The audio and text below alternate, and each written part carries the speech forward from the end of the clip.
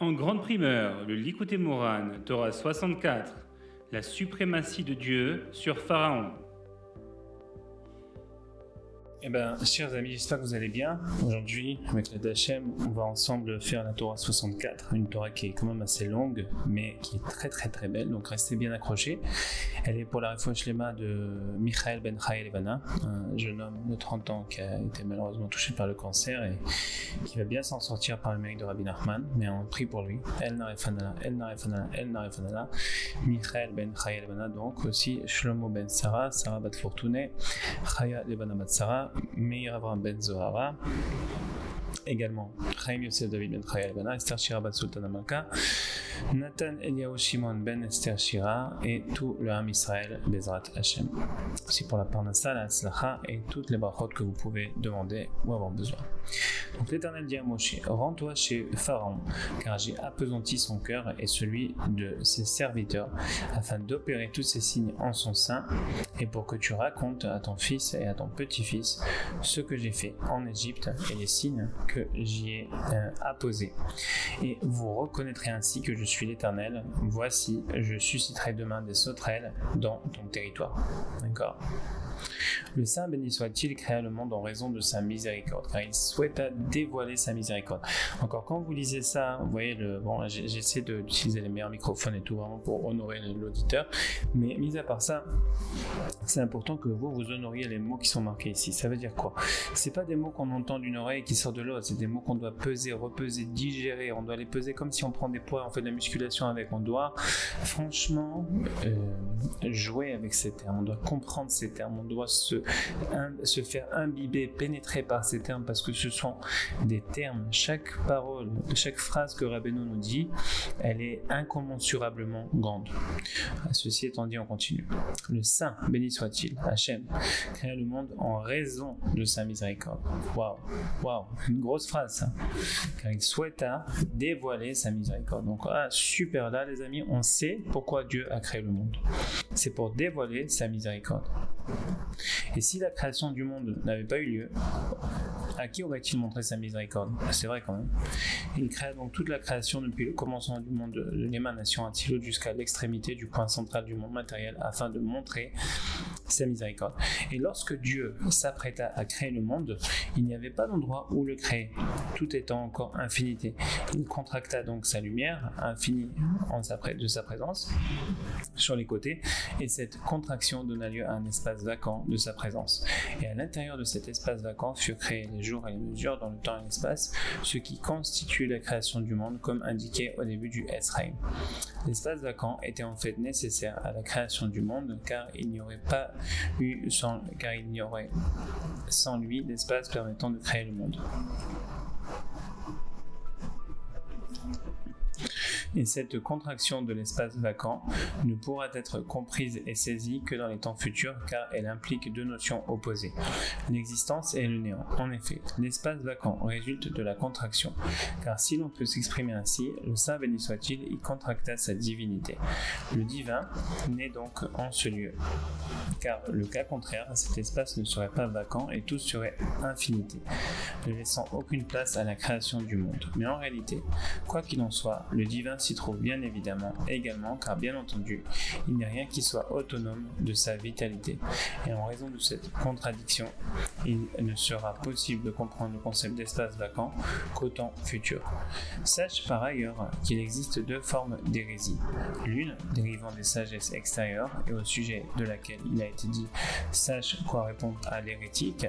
En effet, il existe une réponse à cette forme d'hérésie parce qu'issue des sagesses extérieures provenant des résidus, en d'autres termes de la brisure des réceptacles, car du fait de la surabondance de la lumière, les réceptacles, donc les kélim, se brisèrent. Kélim, c'est un terme très très important en hébreu, donc je vous le traduis. Un réceptacle, c'est un kéli. Donc les réceptacles se brisèrent, engendrant ainsi les clipotes. C'est comme des écorces qui ont été créées par le brisement des kélim, comme expliqué dans les livres de Kabbale. Et les sagesses extérieures, ils sont issus de la brisure des réceptacles, déchets ou résidus de la sainteté. Et tout comme, en fait, c'est des parties de la sainteté mais qui ne sont pas terminées. C'est comme un raisonnement de sainteté qui n'est pas fini jusqu'au bout et qui a amène à certaines incohérences, certaines cruautés, etc. Parce que la sagesse et la cohérence, c'est ça qui amène la miséricorde.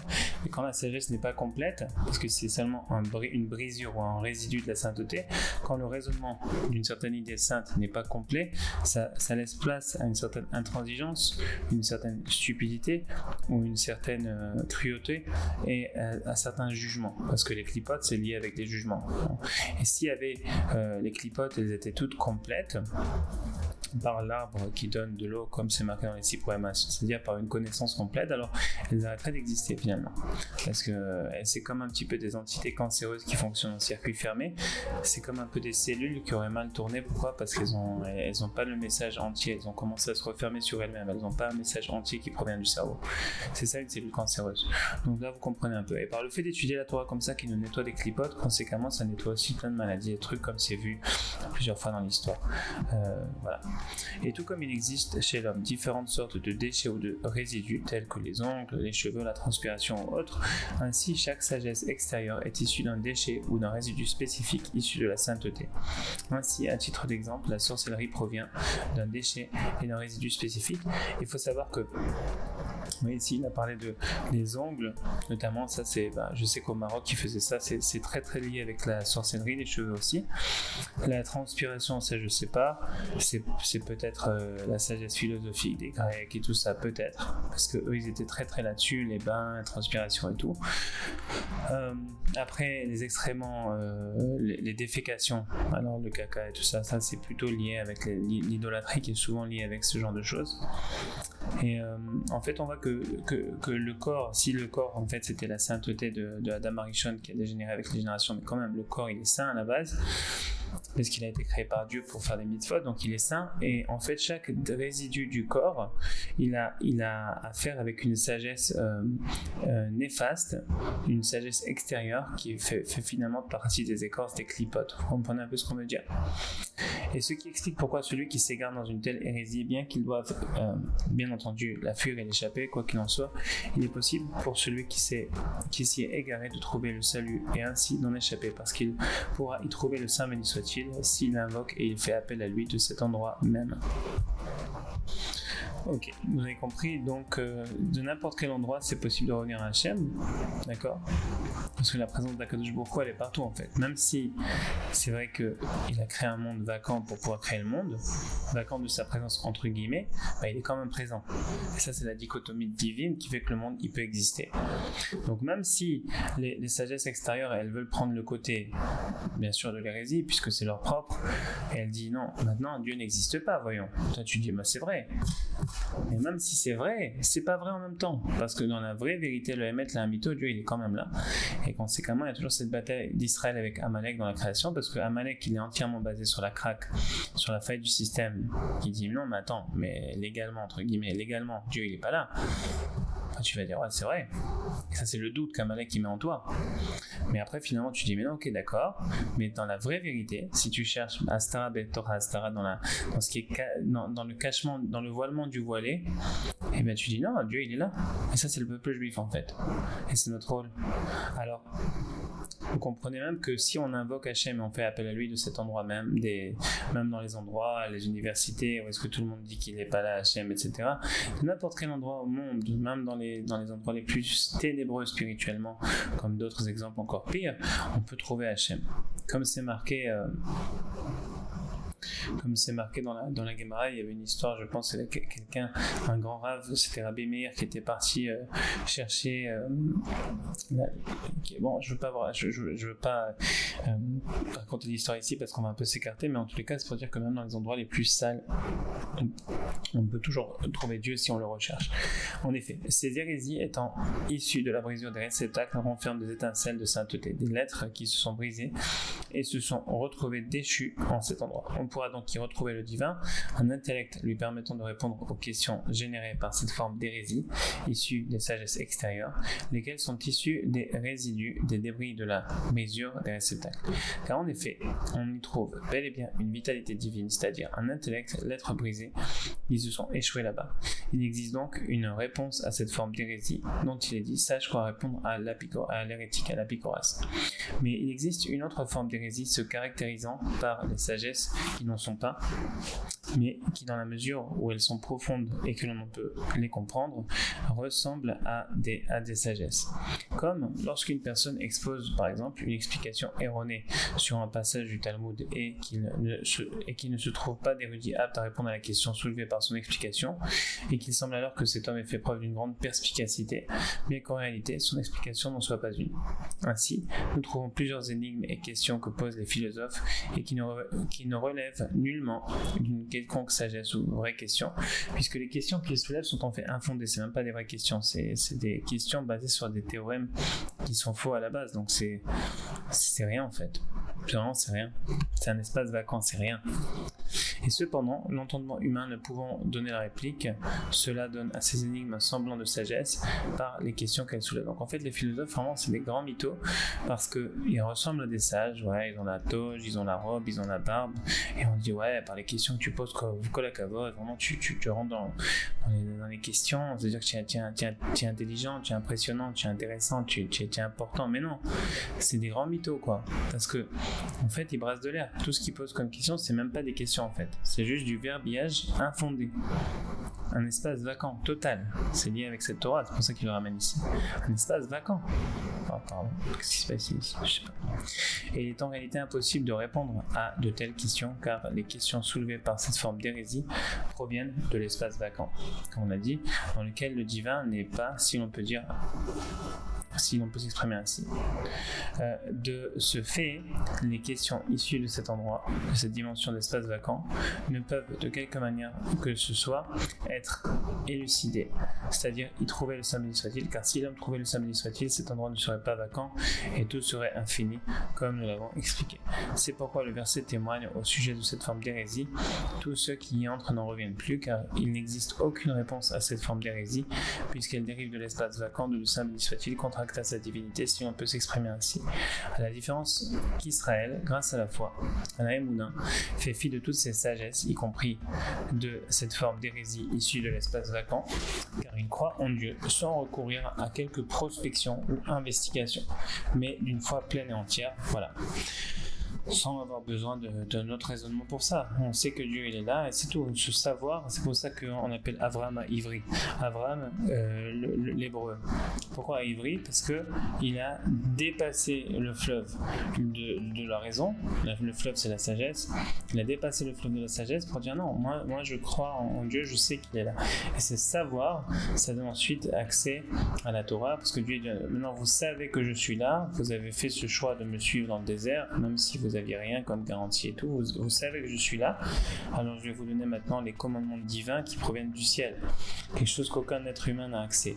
Mais la Torah en fait c'est les modes d'emploi, mais par contre tout provient d'abord du fait qu'une personne doit d'abord même à notre niveau à nous, pour savoir comment se comporter, pour que Dieu lui montre qu'est-ce qu'il veut de lui dans sa vie, il faut quand même que la personne sache que Dieu est là, et ça c'est la base de tout en fait. On n'a pas besoin de passer par des raisonnements scrabres et quoi que ce soit pour y arriver. D'accord? Donc je vous avais bien saisi l'esprit de cette Torah, hein. Ok, super, donc on continue. En effet, nos maîtres ont enseigné que le Saint béni soit-il emplit tous les mondes et entoure tous les mondes. Donc écoutez bien, il emplit tous les mondes et il entoure tous les mondes, duquel nous apprenons que Dieu se trouve aussi, on peut dire, aussi bien à l'intérieur des mondes qu'autour des mondes. D'accord.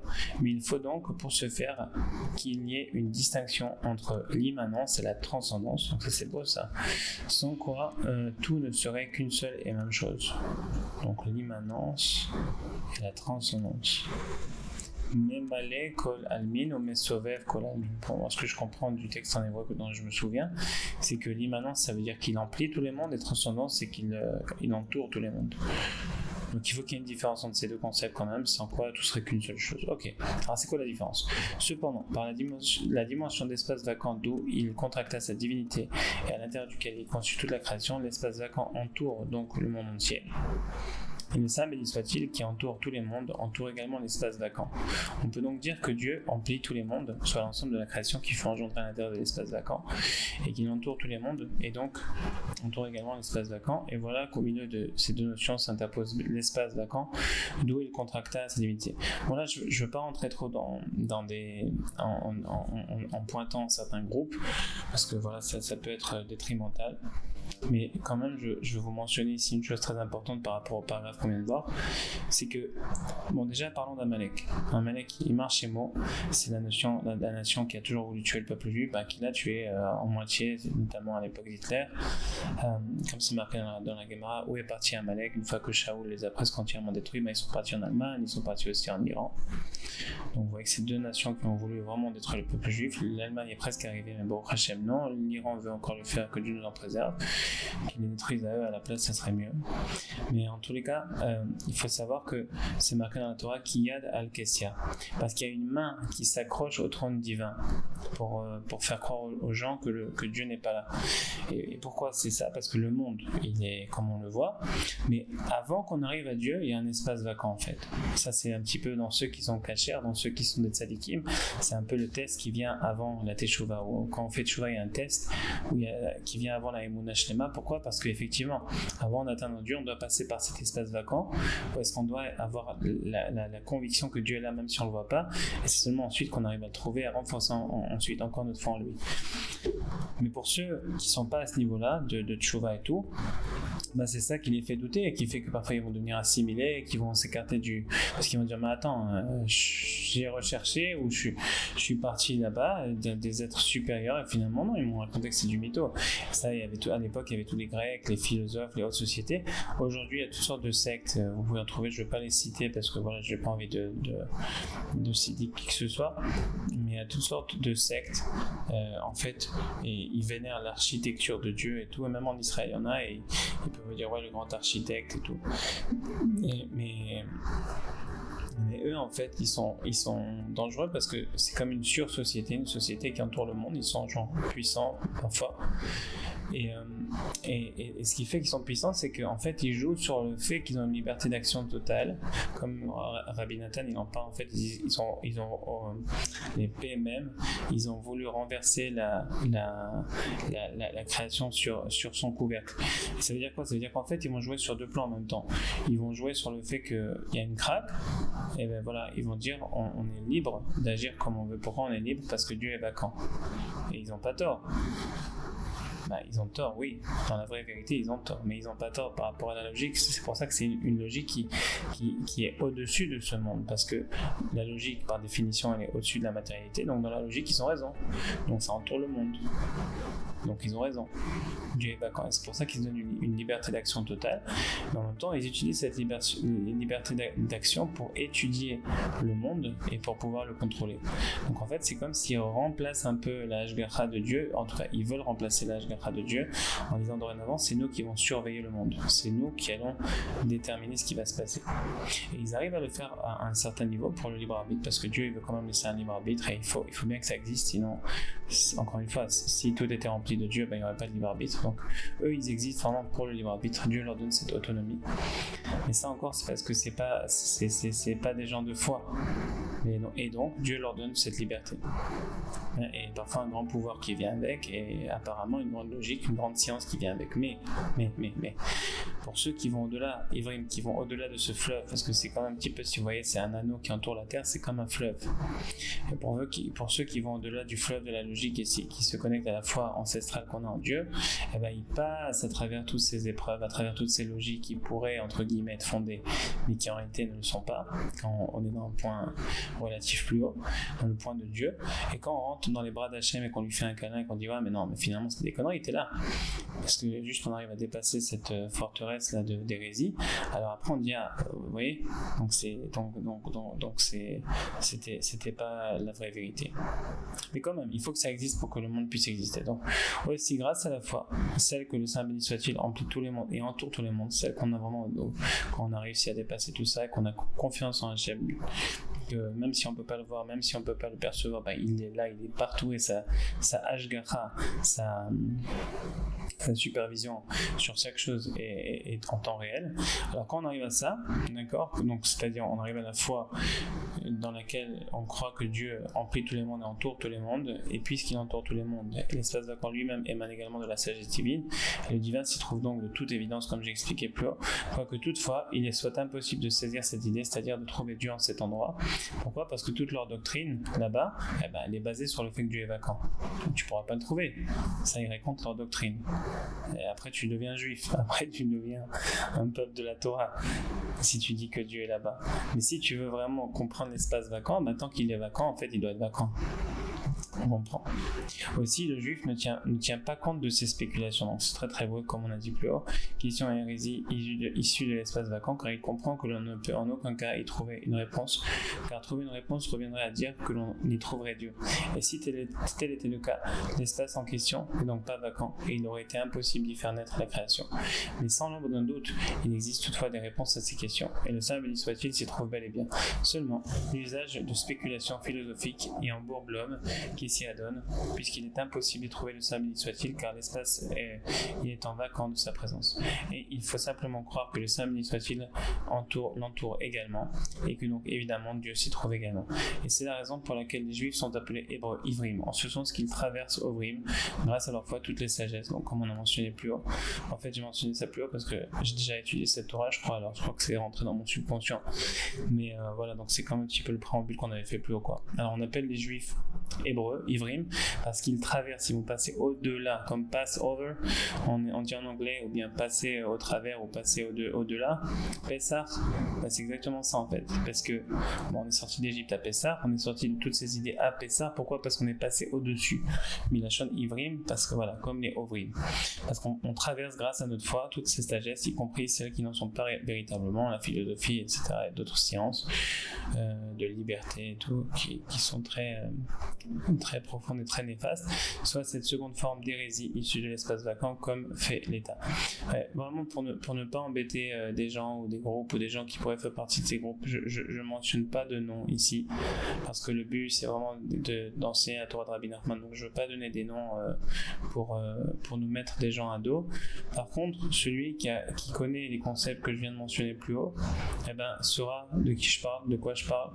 Il n'y a pas qu'un groupe, il y a plusieurs groupes, mais qui sont basés sur les mêmes idéologies. Et en fait, vous pourrez vous-même vous protéger et comprendre un peu les pièges qui s'y trouvent.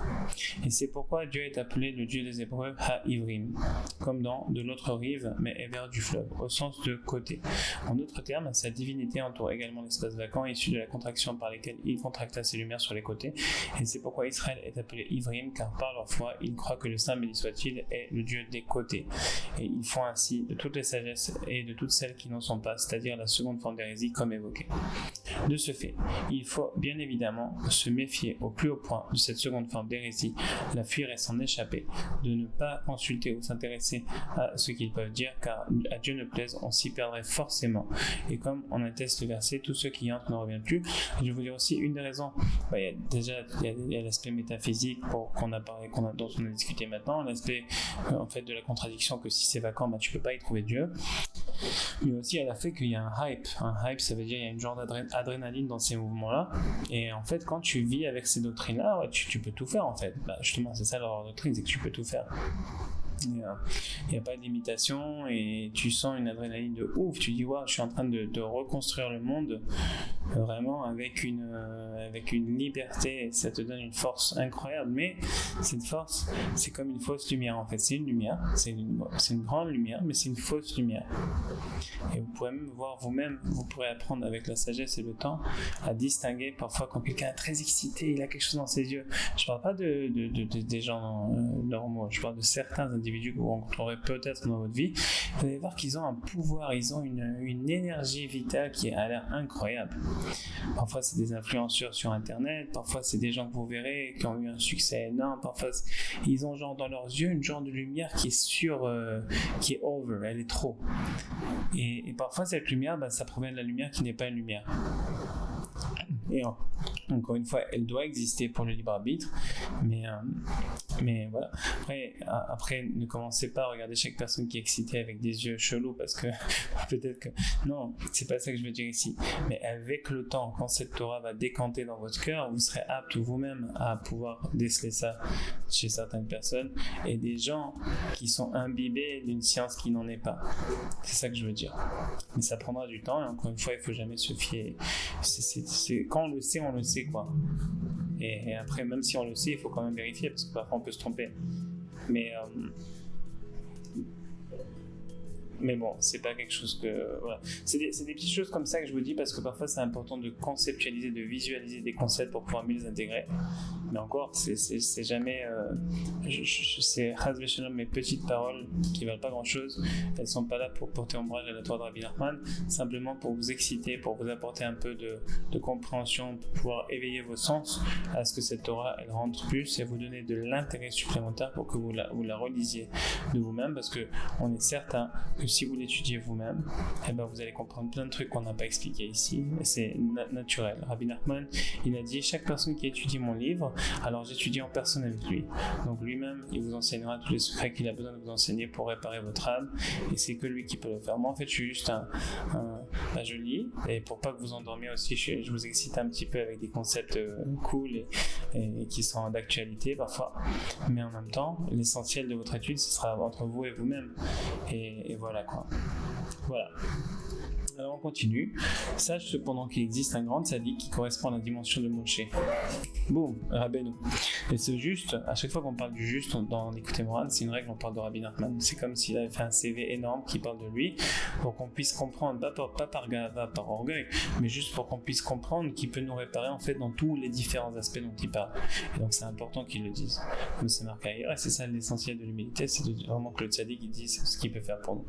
Et conséquemment, on continue, ici il dit sache cependant qu'il existe un grand tzaddik, Rabbi Nachman, qui correspond à la dimension de Moshe. Rabbi Nachman, ce juste, Rabbi Nachman, doit justement étudier ces paroles d'hérésie. Et même s'il est impossible de les expliquer, il n'en reste pas moins que par cette étude, il parvient à élever de là-bas certaines âmes qui sont tombées, se sont enfoncées au cœur de cette hérésie. On sait qu'il est parti à Lemberg pour recevoir des traitements qui allaient contre tout ce qu'il nous a dit. Pourquoi ? Parce qu'en fait, il a dit, quand je fais rentrer ces produits qui viennent de Chine, il a mentionné le mot Chine, et ce pays où est-ce qu'il y a la plupart des hérésies dans le monde, alors je répare tout ça, et c'est connu que dans cette même période après, quand il était à Oman, il réparait des milliers d'âmes tous les jours. Donc vraiment, vous voyez ici, très très puissant. En effet, les énigmes et les questions relatives à cette forme d'hérésie issue de l'espace vacant relèvent de la dimension de silence, puisque nulle intelligence ou lettres ne peuvent les résoudre. Et c'est aussi pourquoi aujourd'hui, il y a des hérésies beaucoup plus fortes en fait, dans la science, dans la philosophie. À l'époque, avec la philosophie et la science, bon, c'était pas encore ça, quoi. Même s'il y a 200 ans, c'est vrai qu'ils avaient fait des progrès importants. Bon, c'était pas encore comme aujourd'hui. Aujourd'hui, on arrive devant une époque où est-ce que la technologie, elle remplace presque l'homme. Et conséquemment, il n'y a que la dimension du silence qui peut nous aider à régler tout ça. Vous voyez ce qu'on veut dire par là, et conséquemment, le Shir Hadash, donc le chant qui est simple, double, trével et quadruple qu'on a reçu par Rabbi Israël par le Pétek, ce chant, il a la possibilité de sortir les Neshamot même qui sont tombés là-bas, d'accord, et parce que le chant, c'est l'aspect du silence. Marquez que le Shir Hadash, il est l'aspect du silence. Et c'est très fort parce qu'en fait, c'est le chant nouveau qu'on a reçu avec le Pétek. Comme il est l'aspect du silence, alors il peut régler des gens qui ont chuté même dans les endroits où nulle intelligence ou l'être ne peuvent résoudre ces conflits qui ont été créés là-bas. Car la création fut engendrée par la parole, comme il est écrit, par la parole de l'Éternel, les cieux se sont formés, par le souffle de sa bouche, toute leur légion. Et par la parole, on renferme une sagesse. Le principe de la parole se limite également aux 5 articulations de la parole, par lesquelles toute chose créée peut voir le jour. Et ainsi qu'il est écrit, tu les as tous créés par ta sagesse. Et la parole constitue la limite de toute chose, car Dieu a circonscrit sa sagesse dans les lettres, de manière à ce que telle lettre délimite telle chose, et telle autre délimite telle autre chose. Dans l'espace vacant, par contre, à la périphérie des mondes et étant totalement vide, il n'y a pas de parole, pas même une intelligence sans lettres ou informulée. Et c'est pourquoi les énigmes qui en émanent relèvent du silence, comme l'enseigne l'épisode de Moshe s'interrogeant sur la mort dramatique de Rabbi Akiva, et donc le salaire réservé à un si haut niveau de Torah, et auquel il fut répandu, tais-toi, car c'est ainsi que la pensée s'est élevée, bien que la chose s'est élevée dans ma pensée. Autrement dit, en d'autres termes, tu dois te taire, t'abstenir de chercher une quelconque réponse verbale tentant à résoudre l'énigme, car elle appartient à la pensée qui est au-delà du verbe, qui dépasse la parole. C'est pour ça que Rabbi Nathan nous dit dans certains endroits, il nous dit, vous savez, il y a certains moments où quand la parole monte à des endroits très très saints, même une parole sainte peut endommager cette pensée. Conséquemment, il faut savoir rester en silence à certains moments pour que la pensée puisse aller chercher ce qu'elle doit aller chercher. La princesse disparue. Parfois on doit la chercher par la parole, parfois par la pensée, parfois par des actions, parfois par un désir ardent, parfois par une attente, mais parfois par le silence également. Et tu dois donc te taire devant une telle question. Donc pourquoi, donc Moshe disait pourquoi c'est pas Rabbi Akiva qui était à ma place? Il a compris des choses que moi j'ai pas compris dans la Torah. Il a dit non, tais-toi parce que ceci est comme ça c'est monté dans la pensée. Donc toi, tu dois donc te taire devant une telle question, car elle correspond à ce qui s'éleva dans la pensée, ce qu'aucune parole ne peut expliquer. Ainsi, les questions et énigmes issues de l'espace vacant, lesquelles sont absentes de la parole ou quelques intelligences perceptibles, donc verbales également, relèvent donc de la dimension du silence. Il convient donc de croire seulement et en cet endroit de se taire, car il est donc interdit d'entrer ou de porter un regard dans ce que peuvent dire les gens, ces hérésies et égarements, à l'exception du juste relevant de la dimension de Moshe, car Moshe représente la notion de silence, d'où l'idée de bouche pesante qui le caractérisa au début de sa mission et qui renvoie à l'idée du silence surpassant la parole. Ainsi, le juste qui correspond à Moshe, soit au silence, peut porter son regard dans les spéculations et énigmes de l'ordre du silence, et il doit justement s'y intéresser afin d'élever les âmes qui ont pu s'y perdre comme évoqué.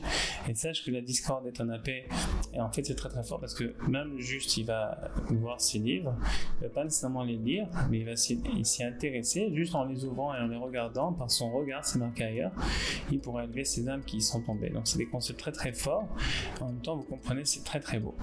Et sache que la discorde est un aspect de la création du monde. En effet, l'origine de la création du monde tient de l'espace vacant, puisque sans lui tout aurait été infini et qu'il n'y aurait eu lieu permettant de créer le monde. Dieu contracta donc sa lumière vers les côtés, faisant ainsi apparaître l'espace vacant dans lequel il réalisa toute la création, soit les jours et les mesures, par son verbe, ce qu'indique par la parole de l'Éternel, les cieux se sont formés. C'est ce qui se passe lors d'une discorde, car si tous les érudits en Torah ne faisaient qu'un, il n'y aurait de place pour la création du monde. C'est uniquement par la discorde qui règne entre eux et que s'opposant l'un à l'autre, que chacun prend une direction différente et qu'ainsi est reproduit entre eux une forme de l'espace vacant correspondant à la contraction de lumière sur les côtés, origine de la création du monde par la parole, car toutes les paroles que chacun d'eux émet n'ont d'autre but que celui de la création du monde qui se crée par leur intermédiaire à l'intérieur de l'espace vacant existant entre eux. Car les érudits de la Torah créent tout par leur parole, comme elle indique le verset « Dis à Sion, tu es mon peuple, ne lis pas Ami mais Imi, tout comme moi je crée le ciel et la terre par ma parole, il en est de même pour vous. Mais il faut toutefois veiller à ne pas trop parler, uniquement ce qui est nécessaire à la création du monde sans plus. Car par la surabondance de lumière, les réceptacles ne purent supporter cette abondance et se brisèrent, et cette brisure engendra les clipotes. De même, si quelqu'un parle trop, ce surplus de paroles crée des écrans clipotes, car sa parole est alors corrompue comme cette surabondance de lumière à l'origine des brisures des réceptacles dont sont issus les clipotes.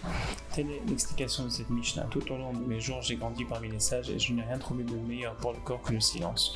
Le principal n'est pas l'étude mais l'action de toute personne qui parle trop et entraîne la faute.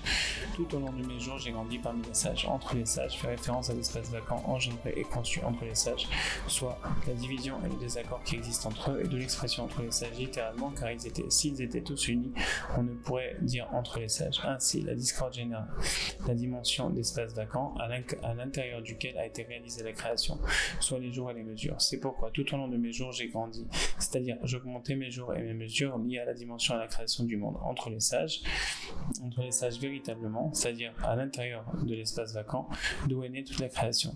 Ainsi donc j'ai grandi, j'ai fait grandir mes jours et mes mesures de la petitesse à la grandeur, et c'est pourquoi il les désigna mes jours, car il s'agit bien de ces jours, puisque créant le monde comme nous l'avons vu.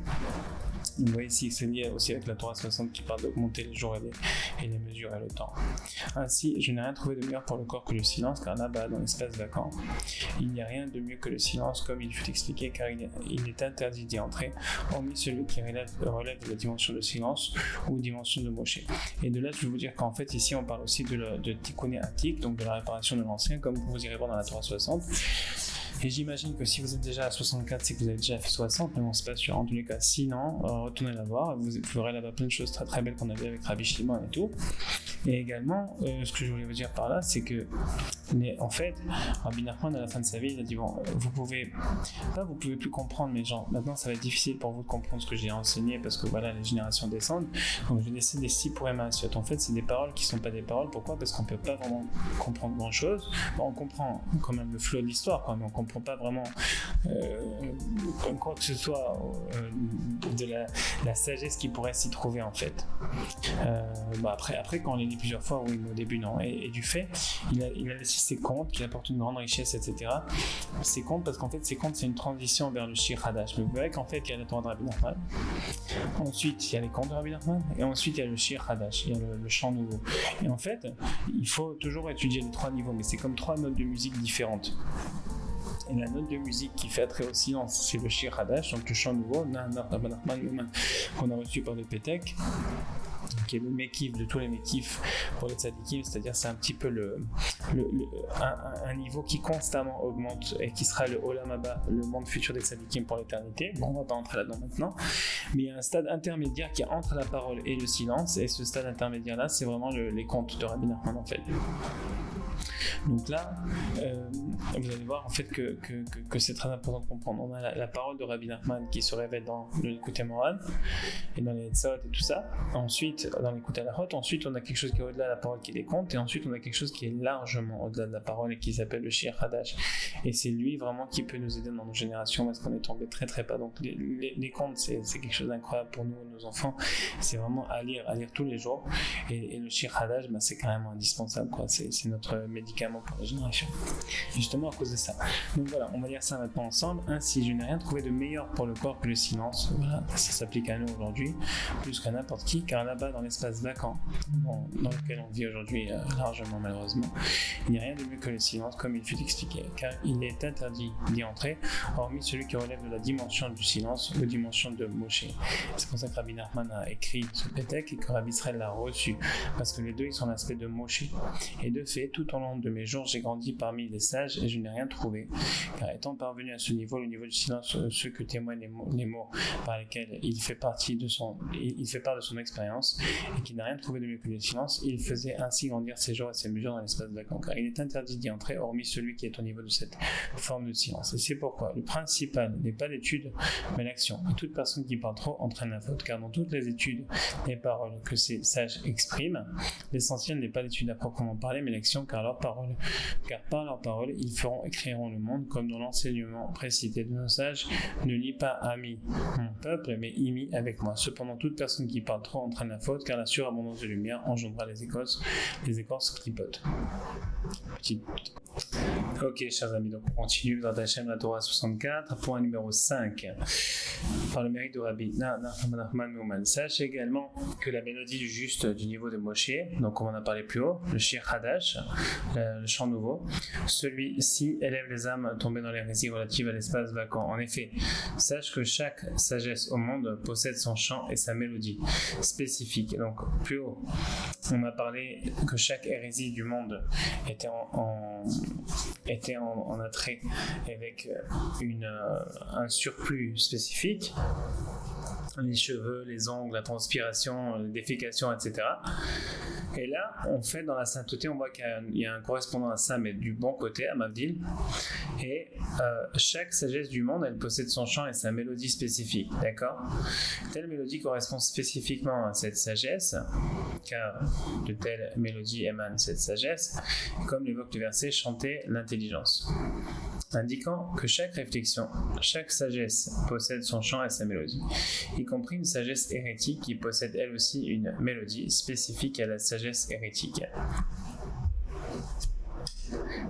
C'est ainsi que nos sages, de mémoire bénie, affirment: qu'est-ce qui habitait Acher pour s'être ainsi dévoyé? Et de répondre, il ne cessait de fredonner une mélodie grecque, et lorsqu'il quittait la maison d'études, plusieurs livres hérétiques s'échappaient de lui, car l'un dépend de l'autre, justement parce qu'il chantait constamment cette mélodie grecque, que les livres hérétiques s'échappaient de lui, car cette mélodie était spécifiquement liée à son hérésie. Ainsi, toute la sagesse, selon sa nature et son niveau, possède son chant et sa mélodie spécifique. Et cela est vrai de niveau en niveau, car la sagesse appartient à un niveau plus élevé et elle possède une mélodie plus élevée. Donc en fait, chaque sagesse qui possède un niveau plus élevé, elle a une mélodie qui est plus élevée conséquemment selon la nature de cette sagesse. Il en est de même tout en haut jusqu'au point initial de la création qui est le commencement du monde de l'émanation, qui est le monde le plus élevé qui soit, et dont la sagesse qui s'y trouve n'est entourée que de la lumière de l'infini entourant l'espace vacant dans lequel se trouvent toutes les créatures et toutes les sagesses. Bien sûr, la notion de sagesse est présente en ce lieu, mais il est cependant impossible de percevoir et saisir la sagesse qui se trouve dans la lumière de l'infini, car l'infini c'est le Saint béni soit-il lui-même, et sa sagesse ne saurait en aucun cas être humainement saisie. Mais seule la dimension de foi s'y trouve, par laquelle nous croyons en lui, que sa lumière infinie entoure tous les mondes et encercle tout. Or, la foi possède également une mélodie spécifique associée à la foi, et c'est pour ça qu'on dit Nachman, Me'uman. Pourquoi Me'uman? Bon, parce que mis à part le fait historique que Rabbi Nachman a été enterré à Ouman, mis à part ça, Me'uman, ça veut dire c'est la mélodie qui parle de la Emouna. Me'uman, c'est la mélodie qui provient de la foi. D'accord? Donc Emouna, Ouman, Me'uman, c'est la mélodie qui provient de la foi. Ce qui est d'ailleurs constatable auprès des croyances idolâtres et de leur conception erronée, dit, chaque croyance parmi ces peuples possède une mélodie liturgique spécifique qu'ils chantent dans leur maison de prière. Cela est aussi vrai à l'inverse, cependant dans le domaine de la sainteté, chaque croyance possède une mélodie spécifique. De fait, la mélodie spécifique à la foi dont nous avons fait état dans cette leçon, foi plus élevée que toutes les sagesses et croyances au monde, la foi dans la lumière de l'infini lui-même entourant tous les mondes, cette mélodie, elle, est elle aussi plus élevée que toutes les mélodies du monde, spécifique à toutes les sagesses et croyances. Donc c'est le Shir Hadash, qui est simple, double, triple et quadruple, qui est Na, vous l'avez. Et après la mélodie qui est associée, Rabbi Israël lui-même a associé cette mélodie, et c'est la suivante. Nachman me'uman, hay Nachman me'uman, Nachman me'uman, Nachman me'uman, Nachman me'uman,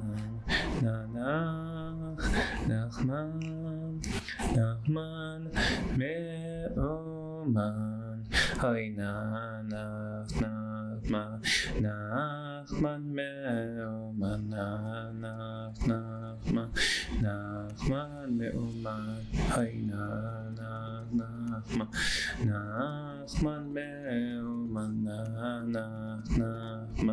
Nachman me'uman, hay Nachman me'uman, Nachman me'uman, hay Nachman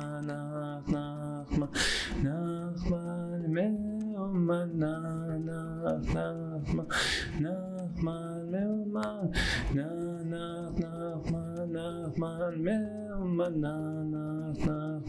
Nachman me'uman, voilà, et ainsi de suite. Donc ça en fait c'est l'air de la chanson du shofar de Rosh Hashanah, d'accord, en tout cas chez les Ashkenazim. Et cet air-là, Rabbi Israël il a associé à cette chanson, qui est l'aspect aussi du shofar. Vous pouvez voir la Torah 60 avec la Hatik. En fait, c'est la Emouna la plus haute, quoi. C'est la Emouna qui est au niveau du silence, qui dépasse toutes les sagesses extérieures, qui a le pouvoir de l'unifier, comme le dit Rabbi Israël, d'inverser tout le mal en bien. Donc celui qui chante et qui dit cette chanson, selon Rabbi Israël, il rentre dans une nouvelle dimension. Et il adoucit tous les jugements, toutes les avérotes, tous les avonot, toutes les mauvaises choses, les transgressions. Et il inverse le tout, vraiment le tout, en bien. Ceci sont les paroles de Rabbi Israël. Et conséquemment, toutes les mélodies et toutes les sagesses émanent de cette mélodie suprême à toutes les mélodies ayant trait aux sagesses, car cette mélodie est spécifique à la fois dans la lumière de l'infini lui-même, suprême au-delà de tout. Et au temps futur, lorsque Dieu changera le langage des nations en une langue claire, afin d'évoquer ensemble le nom de Dieu, bon, ça c'est probablement en train de se faire, et que tous croiront en lui.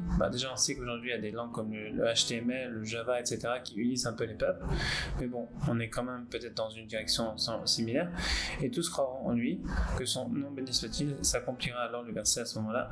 Viens et observe du sommet d'Amana. donc du sommet de la Damana, c'est-à-dire justement allusion à cette fois Emouna, et un Meuman suprême, au sommet de toute croyance. C'est pourquoi les termes observe, tashuri indiquent le chant shir, référence à la mélodie spécifique à cette fois suprême. Et si on prend tous les collonymes des lettres et des mots, etc., on arrive shir, d'accord, c'est une gematria de 510, c'est précisément la valeur de Nartamanahman. Si on prend le kollel des mots et le kollel des lettres, 491 plus 19, on est à 510 qui fait shir. Mais à cette mélodie de la foi suprême, nul hormis le juste de la génération de la dimension de Moshe ne peut prétendre accéder, parce qu'étant au niveau de cette foi qui est de l'ordre du silence, que l'on retrouve dans la recommandation de Dieu à Moshe, tais-toi, car c'est ainsi que s'est élevé dans la pensée. Ah mince. Car ce silence précède encore la parole et que Moshe est du niveau du silence. Ainsi, alors Moshe chanta Az Yashir Moshe dans le futur, d'accord, que nos sages de mémoire bénie commentent, il n'est pas écrit char, il a chanté, mais bien Yashir, il chantera, duquel nous apprenons que le thème de la résurrection des morts est évoqué dans la Torah, car Moshe chantera dans le futur également. En effet, toutes les mélodies de la période actuelle comme dans le futur, comme du futur, ne sont que chez Moshe, qui correspond au silence et qui avait mérité d'accéder à la mélodie de la foi suprême à tout autre, englobant toutes les mélodies puisqu'elles en découlent toutes. Si vous savez, une des raisons pour laquelle Moshe il pouvait pas très bien parler, en fait il était un peu bègue, c'est comme on s'est marqué dans les 6 poèmes à c'est parce que sa parole elle était tellement haute qu'elle était de l'aspect du silence en fait, et sa parole c'était un mélange de silence et de parole, c'est très très puissant. C'était pas comme une tare ou quelque chose qu'on peut penser voilà il était bègue, non pas du tout, c'était au contraire un mélange de parole et de silence, parce que sa parole était tellement haute en fait, et elle était uniquement pour transmettre la Torah, mais elle était au-delà de la Torah, elle était un Bechina de Hatik, et c'est pour ça qu'il était bègue. Et allez voir aussi ici pour Emanciot, le compte numéro 13, parce qu'il parle de celui du mendiant qui est bègue, etc. On voit toutes sortes de secrets là-bas. Et vous voyez, c'est pas si mal, même si parfois c'est un petit peu long, on fait des commentaires et tout, mais vous tirez beaucoup de choses quand même que peut-être vous n'auriez pas pu si vous lisiez le livre seul. Alors je suis quand même content qu'on puisse faire ça ensemble. Et c'est là que Rashi, j'essaie quand même d'être impartial, de pas mettre mes opinions et tout, vraiment parce qu'en fait je suis juste là pour lire la parole de Rabbi Nachman et vous apporter des petites références parfois qui peuvent être sympas pour vous de regarder. Et c'est là que Rashi explique Yashir. Il chantera. Le Yud indiquant le futur fait référence à la pensée. Référence à ainsi s'est élevé dans la pensée, ce qui est de l'ordre de Moshe du silence. De ce fait, grâce à la mélodie juste qui correspond à Moshe, toutes les âmes qui sont tombées dans cette hérésie de l'espace vacant s'en libèrent, car la mélodie relève du sommet de la foi, c'est-à-dire de la foi supérieure à tout. En effet, par cette mélodie et cette foi, toutes les hérésies s'effondrent et toutes les mélodies s'incluent et sont sublimées à l'intérieur même de cette mélodie suprême dont émanent toutes les mélodies comme nous l'avons exposé. C'est pour ça que en le chantant, en le disant, ça a le pouvoir vraiment de faire tomber de tout le mal et d'inverser tout le mal en bien. Non, précisément à cause de ce qu'on a étudié maintenant, grâce à ce qu'on a étudié maintenant. Et tel est le sens des mots. Dieu dit à Moshe, va vers Pharaon, car j'ai appesanti son cœur. Pharaon représente l'espace vacant. Son nom, Pharaon, renvoie en effet à l'idée d'annulation, parce que Tafriou, ce qu'indique ne soustrayait Tafriou pas le peuple, ne l'empêchait pas de travailler, de leur corvée, ainsi qu'à l'idée de dévoilement. D'accord ? Alors l'idée de dévoilement, ça je ne savais pas, on va voir, ce qui renvoie donc au concept d'espace vacant, qui chôme et vide et tout, mais à l'intérieur duquel se dévoile cependant toute la création. Ah, c'est beau ça. Et on parlait aussi plutôt de Marloquet, donc on parlait de discorde, qui allait servir à faire la création en fait, et là en fait on voit que dans le terme même de Pharaon, donc il y a un aspect qui veut annuler la sainteté ou annuler la présence de Dieu, et d'un autre côté c'est là où va se dévoiler la présence de Dieu justement à cause de cette annulation apparente. Donc c'est quand même assez fort, c'est un aspect de discorde qui va quand même servir à créer l'histoire de Pessah, parce qu'on est sorti d'Égypte et tout est lié à ça en fait. Là-bas dans l'espace vacant, il y a une lourdeur de cœur car il est impossible de saisir la notion d'espace vacant, et toutes les sagesses qui sont issues de cela véhiculent également une lourdeur de cœur car elles restent en situation de remise en question du Saint béni soit-il, sans pouvoir y trouver le Saint béni soit-il du fait qu'il retira totalement sa présence afin de permettre à la création d'être créée.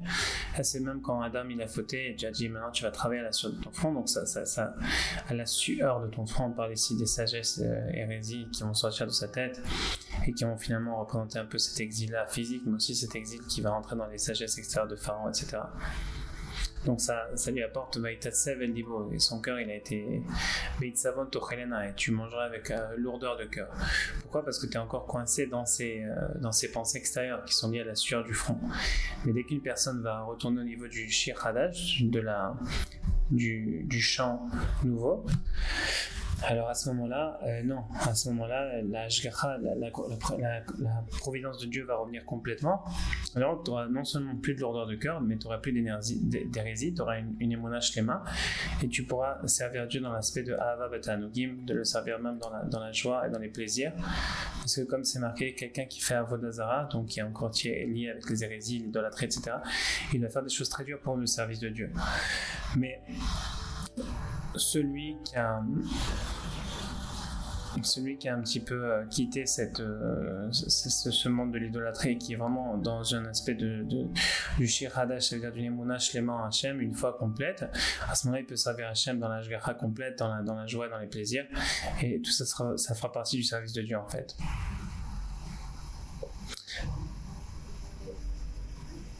Voilà.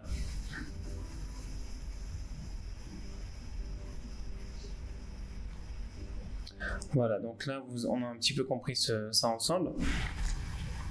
Toutes les sagesses qui en sont issues, d'accord, de l'espace vacant, de la sueur du front, véhicule également une lourdeur de cœur, c'est la raison pour laquelle tu mangeras ton pain à la sueur de ton front, mais tu mangeras avec une lourdeur de cœur, car elle en reste en situation de remise en question du samedi soit-il, sans pouvoir y trouver le samedi soit-il, du fait qu'il retire totalement sa présence, afin de permettre à la création d'être créée. D'accord. Donc non, Dieu n'est pas là, il faut travailler, voilà, et c'est l'effort de mes bras qui me donnera ma part. Ça c'est tant qu'on n'a pas encore une émouna complète que Dieu est avec nous, même si on ne peut pas le voir, mais du moment qu'on sait que Dieu est avec nous plus qu'un bras. En fait, j'utilise bras parce que dans la Torah, c'est marqué Kochi ve'otzem yadi. Ah, voilà ce que mon bras et la force de mon bras m'a permis, et la force de ma main m'a permis d'acquérir dans la richesse ou dans d'autres succès. Mais là, tu dis non, moi je veux pas cette richesse qui provient de mon bras. Moi, je veux la richesse énorme, comme dans la Torah 60, qui parle qu'en fait, Dieu est plus présent que mon bras. Parce que c'est vrai, finalement, Dieu est plus présent que mon bras. Et conséquemment, à ce moment-là, Dieu fera beaucoup plus pour nous qu'il a fait dans le passé. Et c'est un peu le concept de l'époque messianique qui justement est révélé par le Shir Hadash, comme c'est marqué dans l'Écoute à la Chod. Celui qui recevra le Shir Hadash, ça sera lui le vrai roi Mashiach, en fait. Pourquoi? Parce que le Shir Hadash est lié carrément avec l'idée de l'époque messianique.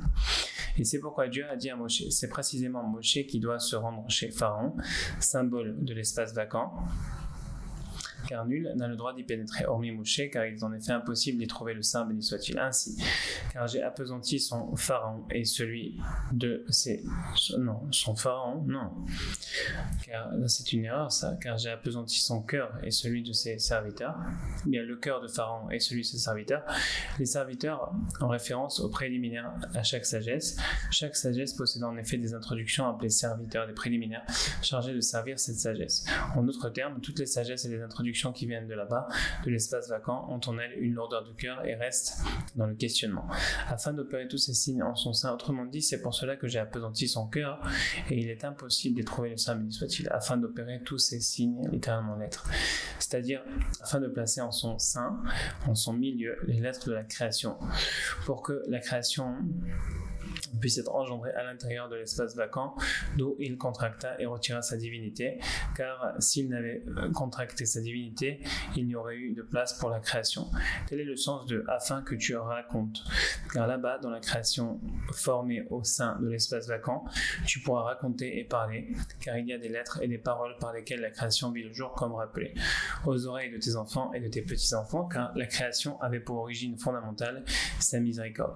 Par ailleurs, la création fut générée par la parole. Il en ressort donc qu'en toute chose créée à l'intérieur de l'espace vacant existe une contraction de sa miséricorde.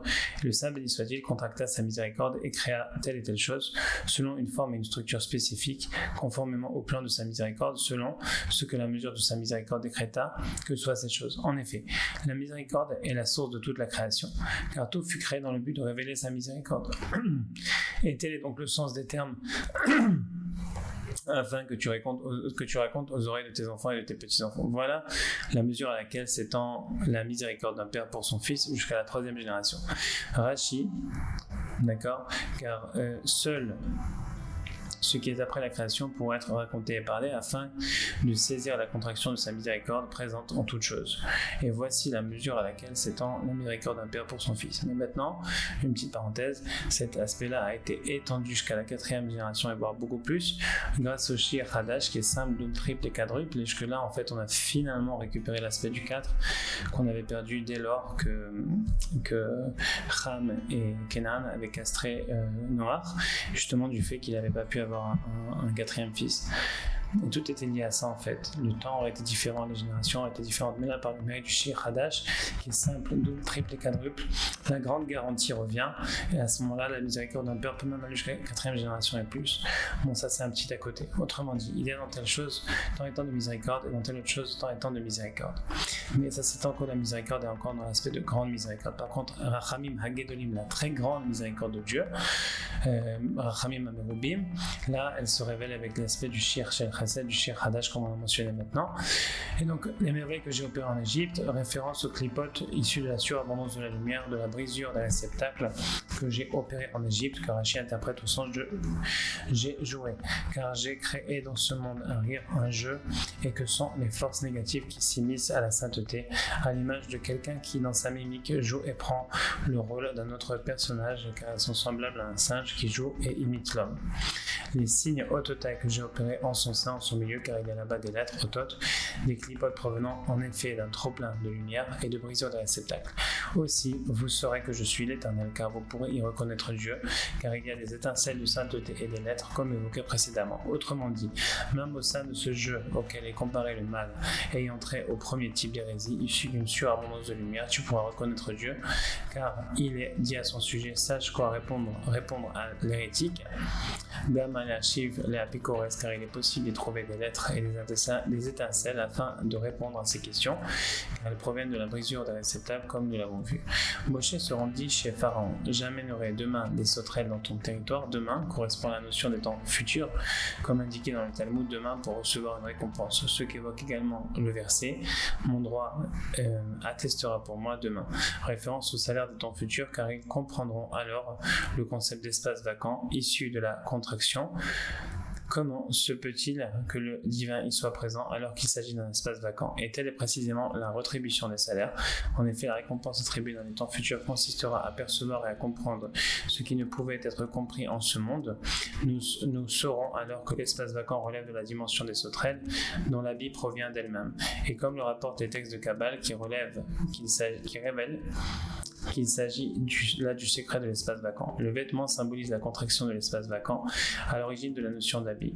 Nous comprenons alors que cet espace provient de Dieu et que si Dieu s'y trouve bel et bien, quand bien même il est de l'ordre du vêtement, de la contraction de laquelle est apparu l'espace vacant.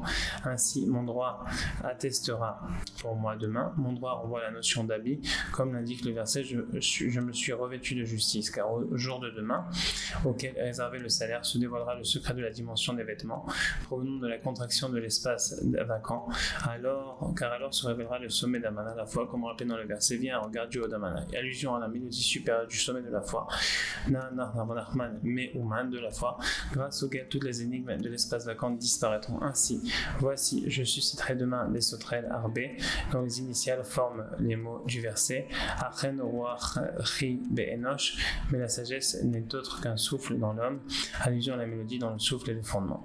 Car alors se dévoilera la mélodie du sommet de la foi, donc la mélodie du sommet et Meuman de la foi, grâce auquel toutes les hérésies s'annuleront, y compris l'hérésie de l'espace vacant, comme nous l'avons exposé. C'est pour ça qu'aujourd'hui, Rabbi Israël avait déjà commenté une partie du Zohar qui dit que dans le futur, même les jeunes gens pourront comprendre des choses extraordinaires.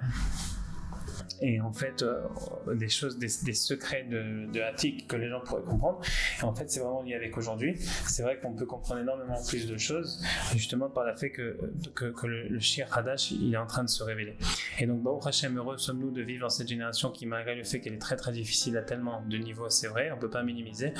De notre côté, on a aussi la guérison qui est venue avant la plaie, et on a aussi, grâce à Dieu, le srout, le mérite d'avoir le Shir Hadash qui s'est révélé, qui se révèle toujours, qui a le pouvoir de tout inverser pour le bien, le shir de chesed, de bonté, la chanson de Hashgacha, de providence, etc., qui annule toutes les hérésies, les transforme en bien et provient et donne tous les biens aux hommes. Voilà, merci infiniment les amis d'avoir été avec nous. Bezrat Hashem, on va continuer avec la Torah 65 très très bientôt. Baruch Adonai L'Olam, Amen Amen, pour la réfoua shlema de Michael Ben Chaya Levana, que des bonnes choses à tous et à toutes pour la parnassa de tout l'âme Israël et que vous ayez toutes les brachot, l'éducation des enfants, Shalom Bayit et vraiment tout ce que vous pouvez désirer. Nanach.